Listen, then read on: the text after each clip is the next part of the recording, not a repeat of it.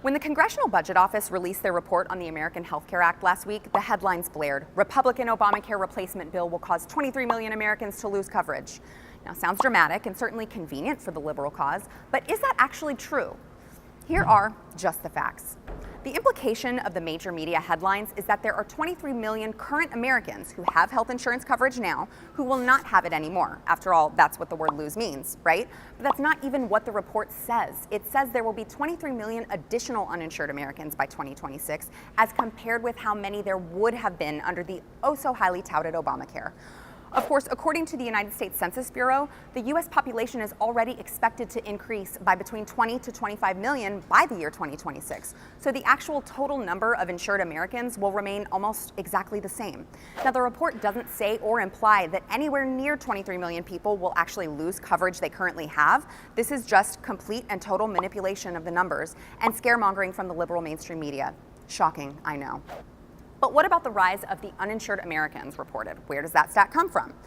According to page 17 of the report, a huge portion of that figure, around 9 million, will come from people who will simply choose not to purchase insurance since the law will no longer require them to do so. Now, I know expecting the left to use simple logic may not be a fair expectation, but that's not losing insurance. That's just choosing not to purchase it. Newsflash, not everyone wants to buy full health insurance. If someone is young and in their 20s and healthy, it may not make sense to pay hundreds of dollars for a major medical policy that they'll almost never use. Plenty of young, healthy people would actually prefer to just buy lower cost, high deductible catastrophic plans that protect them from things like cancer or an accident.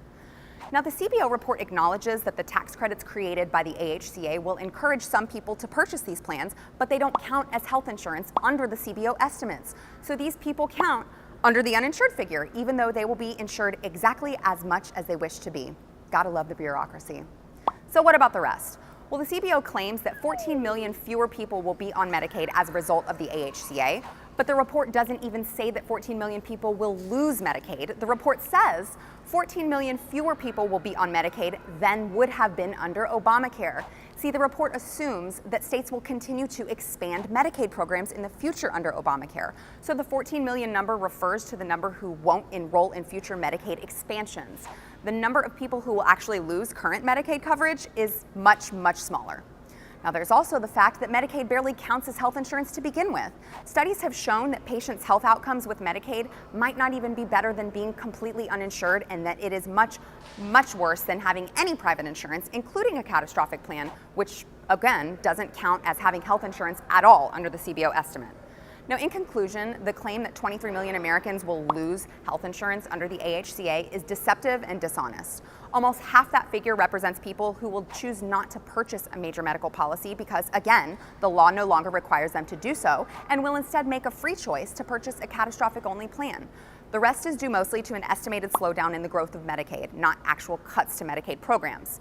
Now, that doesn't mean that the AHCA is a good bill or even that it should pass, but the media should at least be honest about what the CBO report really says.